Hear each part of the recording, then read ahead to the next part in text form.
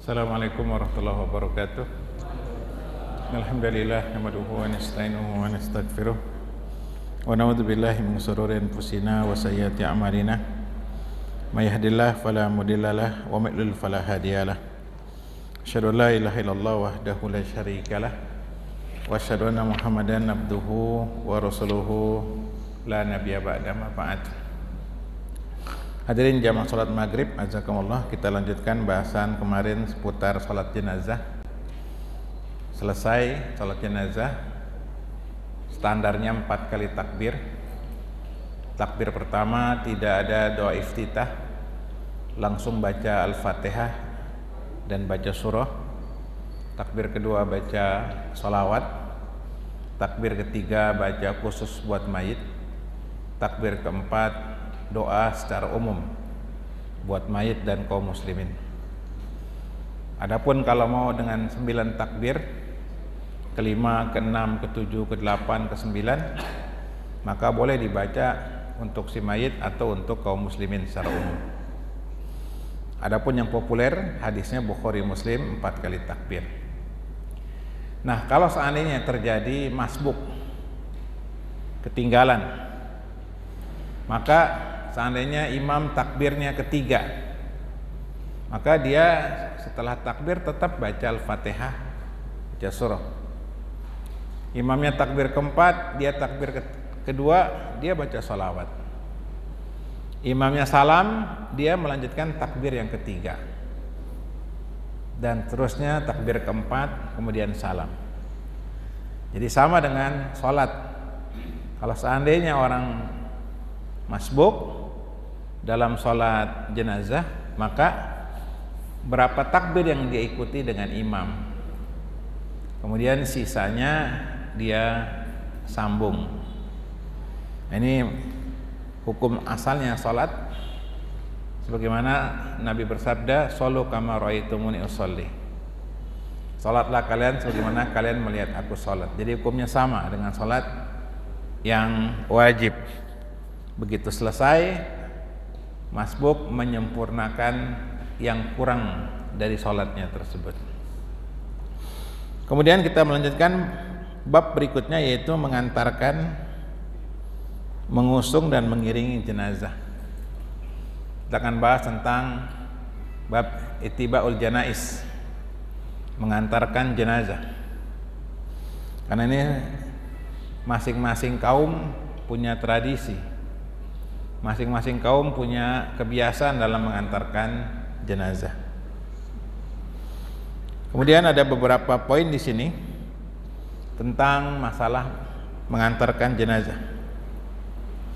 Yang pertama, mengantarkan jenazah hukumnya fardu kifayah. Jadi jangan sampai kita cuek. Disunahkan kita setelah menyolatkan kemudian mengantarkannya, dan ini pahalanya besar, 1 qirat seperti Bukit Uhud. Jadi mengantarkan dengan menyolatkan hampir sama ganjarannya. Maka bagi kita yang enggak ada kesibukan, maka ada keutamaan mengantarkan jenazah. Hukumnya fardu kifayah. Nah, jadi jangan sampai ada kesenjangan.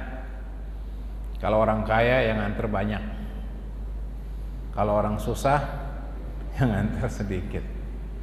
Ini jangan, ya. Beragama itu tulus, baik kaya maupun miskin.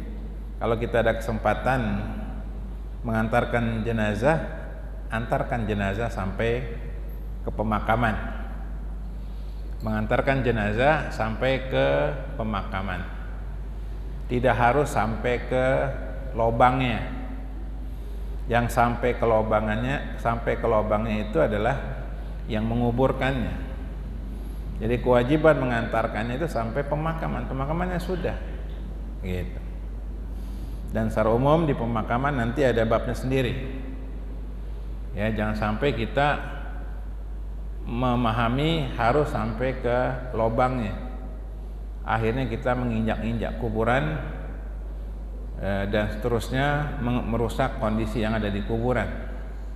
Ya, karena sebagian kuburan itu tidak tertib, tidak rapi, disemen, ditinggikan. Adapun yang sekarang udah ada peraturan resmi, kuburan itu dibikin rata, kasih rumput, dibikin bagus.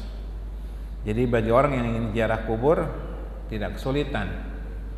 Kalau sebelum-sebelumnya kuburan itu nggak beraturan, sehingga orang kalau mau ke kuburan itu langkah sana langkah sini, ya mengerikan itu. Kadang mayat bisa jatuh, ya karena kondisi kuburan yang tidak sama. Kemudian ada beberapa hal yang harus diperhatikan dalam mengantarkan jenazah. Ya. Ada beberapa hal yang termasuk dalam proses mengantarkan jenazah. Yang pertama, dia hanya ambil sholatnya saja. Ini udah bagus. Sholat, dia pulang. Gitu. Dan sekali lagi, sholat ini termasuk para wanita diperintah. Jadi salah sebagian perempuan yang menganggap kalau sholat jenazah itu bagi laki-laki saja. Perempuan juga diperintah, bagaimana di masa Nabi Sallallahu Alaihi Wasallam, istri-istri Nabi menyolatkan sebagian jenazah para sahabat. Gitu. Jadi sehabis disolatkan laki-laki, itu jenazah digeser ke arah rumah istri Nabi, kemudian para istri Nabi pun menyolatkan jenazah tersebut.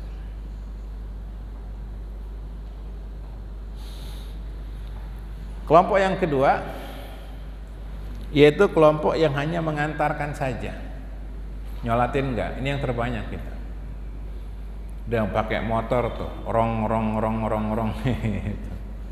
Tim apa namanya? Tim yang ngawal itu, ya. Nah ini kadang etika nggak dijaga, sehingga orang terkesan arogan sama yang mengantarkan jenazah. Jadi dipaksa dalam kondisi apapun harus cepat, tidak. Ya cepat di sini jangan sampai ugal-ugalan, ya jangan sampai ugal-ugalan. Karena mau cepat mau tidak udah meninggal pada prinsipnya.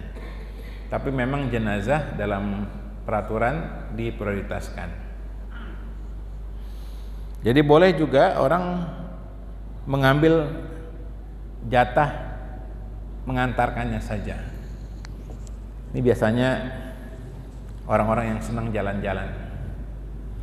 Makin jauh makin senang dia. Kubur di mana nih? Sukabumi. Oh, anaknya 5 dibawa semua. Sini. Jalan-jalan gratis. Kalau orang kampung itu jalan-jalannya 2. Ngantar orang pindahan sama ngantar orang meninggal. Jadi perhatikan, mengantarkan jenazah punya keutamaan, tapi jangan dirusak dengan etika yang enggak bagus. Kemudian yang ketiga yang paling afdol adalah yaitu dia menyolatkan sekaligus mengantarkannya, dan disunahkan sambil diiringi dengan doa. Poin yang ketiga sebutkan di sini adalah keutamaan mengantarkan jenazah. Hadisnya sudah sering kita dengar. Manittaba zanazata muslim imanan wa ihtisaban wa kana ma'ahu hatta yusalla 'alaiha. Kata Nabi SAW, barang siapa yang mengantarkan jenazah muslim, jadi yang punya keutamaan mengantarkan jenazah muslim, bukan mengantarkan jenazah orang kafir, ya, muslim. Kalau orang kafir hanya boleh seperti kita takziah orang kafir boleh, tapi tidak berduka. Terhadap kematian orang kafir nggak berduka, ya tidak ada bela sungkawa sama orang kafir. Gitu. Antarkannya boleh. Kita punya tetangga kafir, Antarkan, tapi mengikuti ritualnya jangan. Berduka juga tidak. Barang siapa yang mengantarkan jenazah muslim dengan penuh iman dan pengharapan dari Allah, wa kana ma'hu hatta yusalla alaih, dan orang itu menyertai jenazah sampai menyolatkannya, wa yafruga min dafniha, sampai selesai menguburkannya, fa innahu yarji'u minal ajri bikirataini. Nah, di sini ada kalimat min dafniha, sampai menguburkannya. Jadi mengantarkan jenazah sampai jenazah dikuburkan. Nah, ini kebiasaan jelek supir angkotnya udah sampai kuburan dia kabur gitu. Ya, jadi jamaah sekalian, mengantarkan jenazah sampai jenazah dikuburkan selesai. Sampai jenazah dikuburkan selesai. Itu termasuk orang yang mengantarkan jenazah. Jadi bukan sampai jenazah di pemakaman, bukan, sampai selesai proses jenazah dikubur. Baru dimaksudkan adalah mengantarkan jenazah sampai dikuburkan selesai. Maka baginya sehabis menyolatkan dan ikut mengantarkannya 2 qiraat.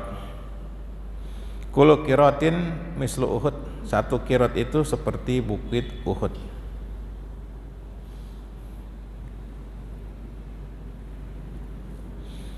Poin yang keempat, mengantarkan jenazah kewajiban seorang muslim terhadap saudaranya sama muslim. Ini sama kayak poin yang pertama tadi tentang fardu kifayah. Tapi poin yang keempat ini secara khusus, bahwa ini jangan sampai ada seorang muslim tidak ada yang mengantarkan jenazahnya. Maka berdosa saudaranya seiman membiarkan tidak diantarkannya. Dan ini sempat terjadi kemarin Covid. Ya. Ini Covid ini ngerusak syariat. Orang yang nganterinnya nggak boleh banyak-banyak, gitu. Yang nyolatinnya nggak boleh banyak-banyak. Apalagi awal-awal Covid, hampir banyak jenazah nggak disolatkan. Yang nyolatinnya hanya petugas apa yang pakai baju APD itu? Satgas ya, Satgas. Yang nyolatin cuma Satgas. Saking takutnya, ternyata hoax, di prank, nggak ada apa-apa, sistematis, luar biasa. Taubat kita pada Allah Subhanahu Wa Taala. Saya baca tentang penyakit taun, bahkan kemarin itu kitab-kitab tentang taun tuh laku, dibaca oleh para dai. Di masa Nabi, taun itu penyakit mematikan. Hari itu kena, hari itu mati. Kalau penyakit taun, keluar darah dari hidung, dari telinga, penyakit taun namanya di masa Nabi. Itu saja di masa Nabi, taun tuh dimandikan, dikafankan, disolatkan. Karena menurut ilmu kesehatan Islam, orang kalau sudah mati, virusnya mati. Udah mati, virusnya mati. Tapi kita, luar biasa. Awal-awal Covid tuh, tetangga saya, konon katanya Covid, gak ada yang berani deket rumahnya juga. Tegang orang, apaan ini tegang? Yang mandiin harus Satgas. Kalau nggak timbul fitnah, saya yang turun tuh. Nanti timbul fitnah, ribut, takutnya ribut. Akhirnya nunggu Satgas ngantri, mandiin orang meninggal ngantri. Sehingga banyak jenazah udah 2 hari baru dimandikan karena sibuk Satgas. Gitu. La haula wala quwata illa billah. Nah, jemaah sekalian, ini kewajiban kita untuk mengantarkan. Jadi orang mengantarkan dibatasi. Bahkan sholat jenazahnya di ambulan. Saking takutnya luar biasa. Ya, pelajaran tuh kemarin tuh. Mudah-mudahan tidak terulang lagi. Kita minta sama Allah Subhanahu wa taala jangan terulang lagi. Ya. Takut boleh, khawatir boleh, bego jangan. Gitu ya. Takut boleh, bego jangan. Kemudian poin yang keenam, jenazah tidak diiringi dengan ratapan atau dengan budaya-budaya yang salah. Ada yang pakai budaya banting kendi dulu. Ada yang pakai budaya lewat kolong dulu. Anak-anaknya kan itu ya. Ada pakai budaya lepas merpati, apalah burung itu. Ya, ada budaya pakai api, ini majusi. Ya. Mengantarkan jenazah itu yang benar diiringi dengan doa. Ya, bukan dengan ratapan seperti kaum Syiah. Ratapan pukul-pukul badan. Bukan dengan nyanyian-nyanyian seperti orang-orang di luar Islam pakai nyanyian. Enggak ada. Ya, iringi dengan doa. Ambulan kalau memang dibutuhkan boleh pakai ambulan, jauh tempatnya. Tapi kalau dekat, sunahnya nggak perlu pakai ambulan, gotong. Ini tradisi orang-orang kampung itu digotong. Ya, di sini kuburan mana Pak? Di sini? Hah? Jauh ya? 2 kiloan. Kalau 2 kilo gotong aja. Hah? Tapi nggak apa-apa, sekali-sekali. Karena itu syiar, jenazah itu syiar, supaya orang jangan bergelimang dosa, bahwa dia akan mati. Syiar memang. Jadi syiar ada dua, ada syiar senang, ya syiar senang, seperti hari raya, syiar senang. Besok nih, syiar senang ini ada makan kambing, makan daging, syiar. Yang kedua, syiar untuk mempertakuti manusia. Makanya jenazah itu bagusnya tidak ditutup pakai kurung batang. Kasih lihat jenazahnya.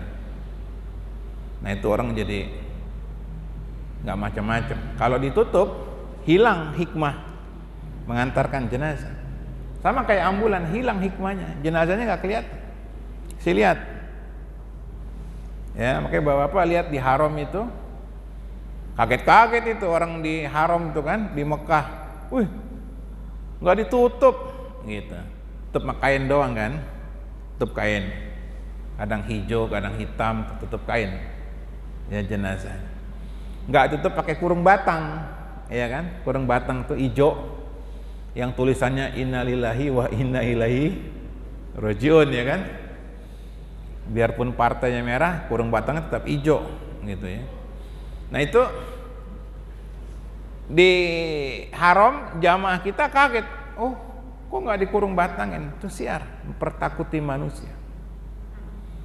Nah di sana pakai kereta, ya Pak ya. Haram itu karena ini banyak orang pakai kereta. Nah kalau umpamanya jaraknya nggak terlalu jauh, 1 kilo, 2 kilo, dan ada orang yang ngangkatnya,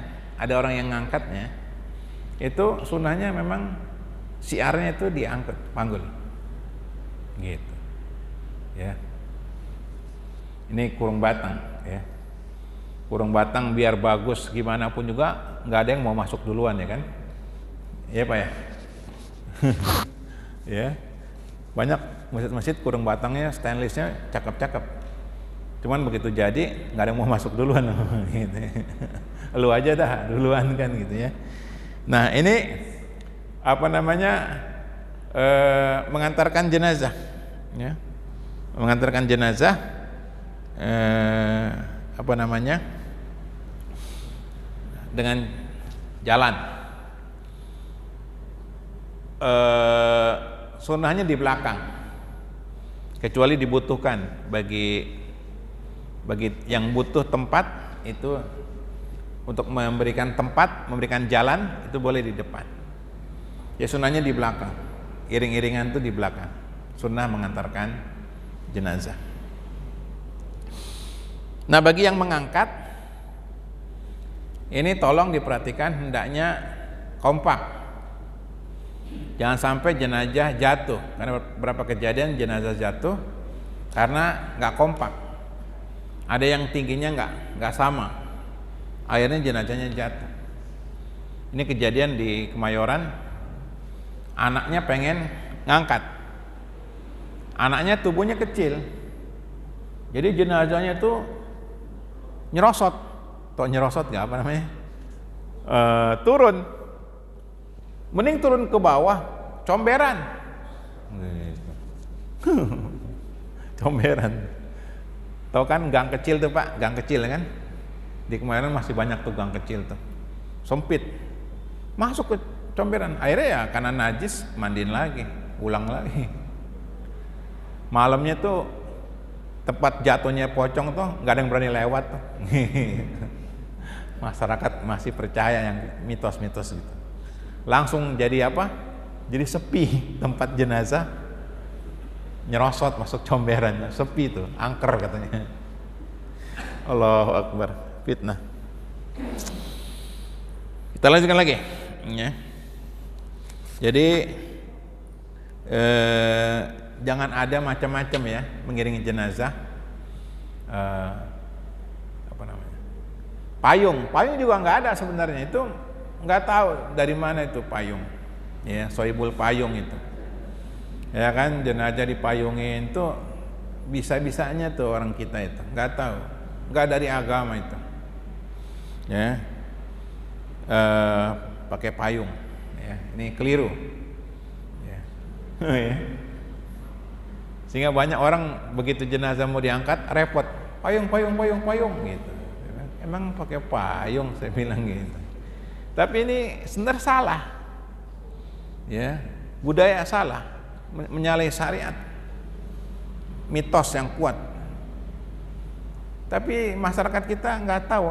Saya juga bingung, masyarakat kita yang bukan agama dipertahankan. Yang jelas-jelas agama ditolak. Sayang, bangsa ini kurang menghargai agamanya sendiri, lebih menghargai budaya-budaya yang salah. Ya, jadi bukan dengan pakai payung. Kemudian poin yang ketujuh, disyaratkan berdiri ketika jenazah lewat. Jadi kalau jenazah lewat, disunnahkan kita untuk berdiri.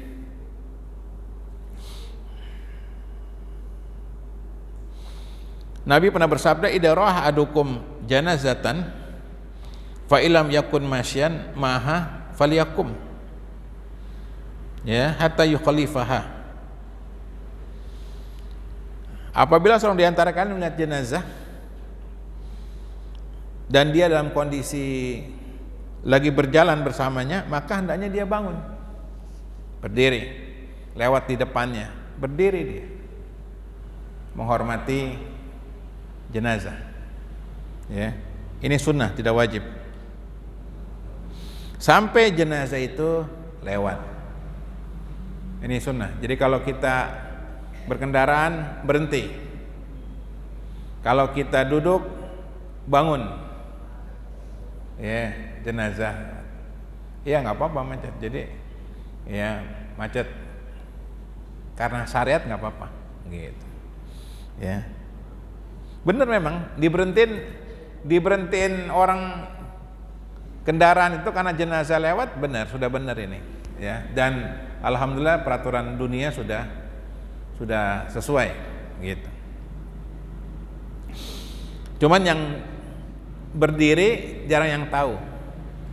Jadi kalau jenazah lewat, sunnahnya kita untuk berdiri.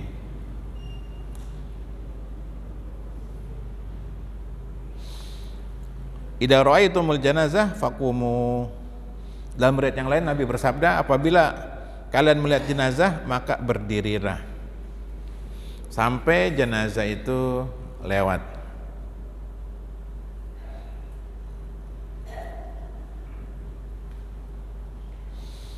Demikian di masjid.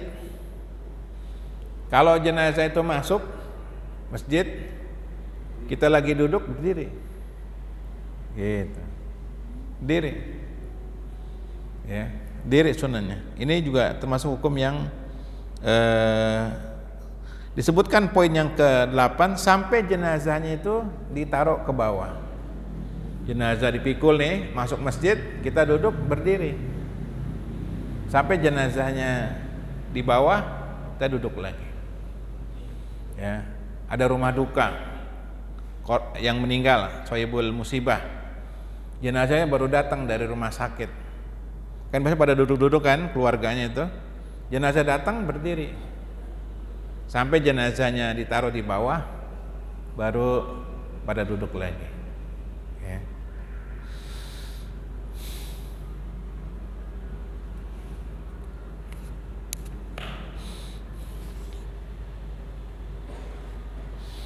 Poin yang 9, perempuan tidak disyariatkan mengiringi jenazah. Nah, ini yang salah paham. Yang dilarang itu mengantarkan jenazah perempuan. Sholatnya dianjurkan. Jadi kalau jenazah dari rumah dibawa ke masjid, perempuan sampai masjid nyolatin boleh. Yang nggak boleh ke pemakaman. Ya, perempuan mengantarkan jenazah makruh, tidak haram. Karena kata istri Nabi SAW, nuhina an tibail janaiz walam yu'zam alaina. Kami dilarang untuk mengikuti jenazah, tapi tidak keras larangan itu. Artinya makruh. Ya, karena perempuan seringkali lemah sehingga berteriak-teriak, menangis. Bahkan ada juga yang kesurupan di kuburan. Orang lagi sibuk ngurus jenazah, ini kesurupan gitu. Perempuan tuh. Ya, makanya perempuan tidak perlu untuk mengantarkan jenazah. Ya. Emosional perempuan itu. Sampai hal-hal yang sepele saja. Ini ada kasus seorang istri kehilangan suami. Begitu sampai di kuburan, segera ditaruh, dan ketika mau ditutup, kemudian ibunya teriak, ajanin tok, kata ibunya kepada anaknya. Anaknya udah bilang, kan nggak perlu ajan, emang nggak ada orang mati diajanin, itu nggak ada. Di semua mazhab tuh nggak ada. Itu budaya lokal di sini. Nggak ada semua mazhab itu, semua fikih itu nggak ada. Itu bisa-bisanya kadang tukang gali kubur supaya dapat duit tambahan tuh, ajanin kuburan, sehingga akhirnya ajan kuburan tuh dianggap sakral di masyarakat kita. Itu nggak ada sama sekali di kitab fikih manapun, nggak ada ajan di kuburan itu. Ya, dipaksa-paksain juga nggak ada. Ini pelecehan terhadap syariat agama. Jadi di Indonesia nih, syariat yang harusnya buat orang hidup dirubah buat orang mati. Ajan tuh buat orang hidup. Ya, waktu hidup tuh dengerin ajan supaya ke masjid. Orang mati selesai. Jadi ada semacam gerakan-gerakan ya yang menjadikan agama ini buat orang mati aja, jangan buat orang hidup. Ya, jadi kalau ada satu rumah rame-rame baca Quran, berarti ada yang mati itu. Ya, ada yang mati berarti. Jadi kalau orang mati baru ingat Quran, keluarganya. Kalau masih hidup nggak pernah orang ingat Quran. Ya, Ramadan nggak pernah baca Quran keluarga. Kalau ada yang mati baru rame. Jadi seolah-olah agama itu buat yang mati. Ya, ini yang terjadi di masyarakat kita. Nah, ini perempuan nggak terima, tok ajanin. Kalau nggak mau, emak yang turun nih. Tuh perempuan, emaknya mau turun ke lahat, emak yang turun nih. Tuh perempuan. Ya, saya menyaksikan, saya tinggal aja udahlah. Nah, ini gambaran jamaah sekalian, perempuan khawatir emosional. Makanya dilarang untuk ke kuburan. Tapi kalau ziarahnya boleh, besoknya dia datang boleh, udah dikubur. Ya, ziarah kuburnya boleh. Pendapat yang mengatakan ziarah kubur haram bagi perempuan lemah. Ya, hadis-hadis yang melarang perempuan ziarah kubur lemah. Ada yang sahih, lana Rasulullah SAW zuwaratil kubur. Rasul melaknat perempuan yang sering. Nah, kalau sering dikit-dikit ke kuburan, dikit-dikit, ini nggak boleh, terlarang. Biasanya perempuan kehilangan suami nih, tiap minggu datang ngadu, "Pak, anakmu bandel nih, Pak, anakmu naik kelas." Itu perempuan, Pak, nggak bisa menahan emosinya. Ya, perempuan tuh makanya masa berkabungnya 4 bulan 10 hari. Ya, kalau laki-laki berkabungnya cuma 3 hari. Gitu. Maka laki-laki kalau istri meninggal, dia nangis yang kanan doang, kiri enggak, karena udah ada cadangannya kan gitu. Kalau perempuan tulus cintanya kan gitu. Ya, makanya banyak perempuan tuh dia begitu kehilangan suaminya, dia sering berat memang. Kalau perempuan tuh emosional. Ya, makanya yang sering ziarah kubur itu kebanyakan perempuan. Padahal ziarah kubur itu disunahkan bagi laki-laki. Tapi yang sering kenapa? Perempuan, karena emosional. Di mana-mana yang ziarah kubur itu perempuan. Padahal sunahnya bagi laki-laki. Nah, jadi perempuan ziarah kubur pendapat yang tepat boleh, sunnah dia ziarah kubur. Jadi perempuan mengantarkan makruh kata ulama. Kemudian poin yang ke-10, disyariatkan untuk mempercepat jenazah. Dan ini pernah saya sebutkan, bahkan kalau bisa itu berlari-lari kecil. Jadi berlari-lari kecil. Ini kita nggak terlatih, ya, kecuali tentara yang terlatih atau petugas bencana itu terlatih bawa jenazah sambil berlari-lari bisa. Nah, sekarang alhamdulillah ada ambulan, ya, ambulan kendaraan, sehingga sunnahnya mempercepat ini nggak harus berlari-lari. Wallahu alam bishawab. Ada yang mau tanya, Pak? Sampai poin 10 dulu. Iya. Hah? Oh enggak, bacaannya enggak ada. Secara umum disunahkan kita mendoakan kebaikan. Allahumma ighfir lahu warhamhu wa'afihi wa'fu anhu. Jadi enggak ada bacaan. Nah, yang salah itu zikir la ilaha illallah, la ilaha, enggak ada. Tapi kalau kita mau secara umum mendoakan si mayit, yang utama tuh mendoakan. Ya, bukan la ilaha illallah, la ilaha, bukan. Masing-masing kita doakan, ya Allah ampuni sahabat kami, ampuni. Karena yang pernah kita bahas di hadis itu malaikat mencatat, orang yang mengantarkan itu mencatat. Gitu. Ya, mencatat doa yang diucapkan oleh yang mengantarkan jenazah. Wallahu a'lam bishawab. Ya.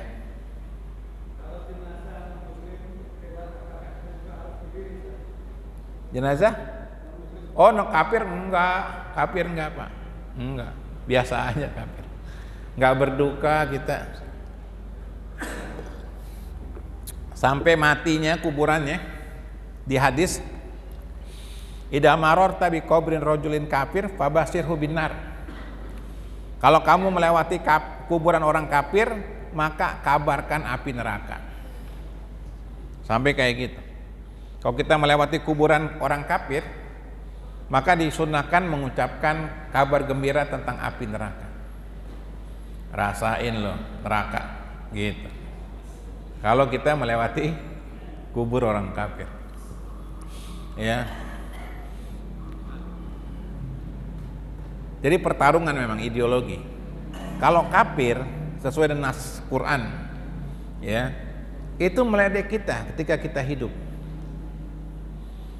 Kita hidup jangan meledek orang kafir, jangan. Tapi kalau dia mati kita boleh fabashu binar lewat kuburannya. Dan nanti di yaumul kiamah kita akan meledek orang-orang kafir di jahanam itu. Banyak ayatnya. Dan mereka menggigit jarinya tuh di jahanam itu. Lo yang sok ya berkuasa dulu, naga lah jahanam itu, ya Pak ya, yang diagung-agungkan 9 naga. Kalau dia mati kafir nanti diejek. Nih lo yang dulu yang bikin harga barang-barang jadi naik, permainan lo semua tuh. Iya, bangsa yang kaya barang-barangnya mahal, beli bensin dicatat dulu. Naif sekali, padahal kita berlimpah minyak bisa begitu. Tadi tanya apa ya Pak? Ada lagi yang nanya tadi? Iya.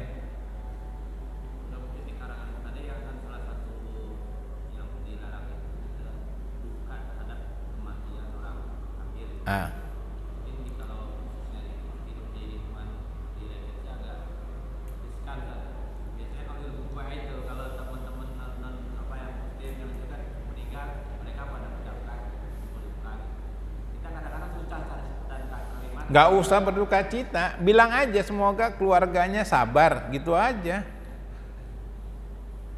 Jadi kita nggak mendoakan si mayit juga, nggak boleh karena kafir, haram. Tidak berduka cita, doakan aja semoga keluarganya sabar. Udah, itu kalimat basa-basinya.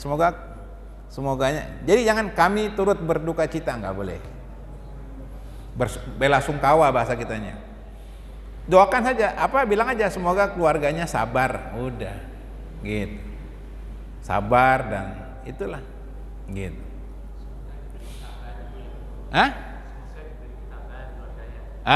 Semoga beri ketabahan, udah gitu aja, gitu.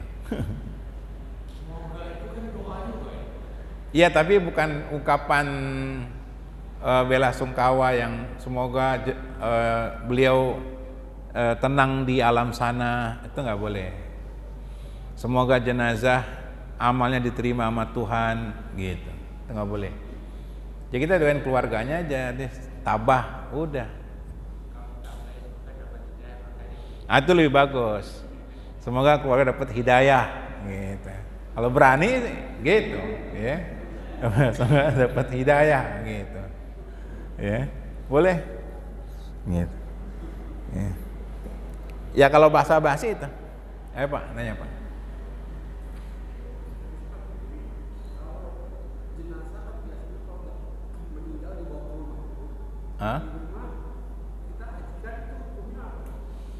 Doakan saja, doakan Allahumma ighfir lahu warhamhu wa'fihi wa'fu anhu. Kalau anaknya Rabbik firli wali walidayya warhamhuma kama rabbayani shaghira. Karena pada prinsipnya tidak ada satupun bacaan ayat Quran buat si mayit, ya. Karena Al-Quran dalam surah Yasin itu mengatakan bahwa wa ma 'allamnahu syi'ra wa ma yanbaghilah in huwa illa dzikru wa qur'anun mubin liyunziru man kana hayyan. Wa ma 'allamnahu syi'ra, tidaklah kami mengajarkan Nabi Muhammad itu syair. Wa ma yanbaghilah, dan syair ini enggak pantas buat Nabi. In huwa illa dzikru wa qur'anun mubin, yang kami ajarkan kepada Nabi Muhammad pelajaran-pelajaran dan Al-Qur'an. Apa itu Al-Qur'an? Liyunziru man kana hayyan, untuk memberikan peringatan bagi orang yang hidup. Asas Quran itu buat orang yang hidup. Nah, ada terus terang ini tradisi yang keliru, bacain Quran. Yang benar doain, banyakin doa. Mari bapak-bapak, ibu-ibu, kita doakan buat si mayit. Kalau dia belum ngerti, kita pandu nih doanya, Rabbik firli wali walidayya, kalau anak-anaknya. Kalau masyarakat secara umum, Allahumma ighfir lahu warhamhu wa'fihi wa'fu anhu, itu doa untuk sholat jenazah boleh dipakai di luar sholat jenazah, atau pakai bahasa Indonesia. Ya Allah ampunilah fulan, Allah maghfirli fulan. Ya Allah ampunilah sahabat kami, ampunilah teman kami ini ya Allah. Kami jadi saksi kebaikan dia ya Allah, gitu. Masukkan ke surgamu ya Allah, gitu. Itu dia. Jadi bukan bacaan Quran. Ada beberapa riwayat seperti Iqra'u Yasin ala mautakum. Bacakan Yasin bagi orang yang telah mati atau yang menjelang kematian. Tapi juga hadisnya lemah. Ya. Tercantum dalam kitab Bulughul Maram itu. Ya, atau di tafsir Ibnu Katsir yang sudah ditahqiq, para ulama mengatakan hadis-hadis terhadap bacaan kepada orang yang mati lemah, nggak ada yang sah, nggak ada yang kuat. Ya, maka yang bagus doakan, gitu. Ya, jadi Quran ini buat yang hidup Pak, buat yang di istana itu, buat yang di gedung MPR, buat pemangku jabatan, buat kita, itu Quran tuh. Jangan ketika hidup isinya nginjek-nginjek Quran. Ya, waktu hidup orang semasa hidupnya nyerang-nyerang Quran. Begitu mati minta dibacain Quran, kurang ajar. Gitu. Iya. Orang hidupnya ini menghujat Quran. Begitu mati pengen dibacain Al-Quranul Karim. Aja nih.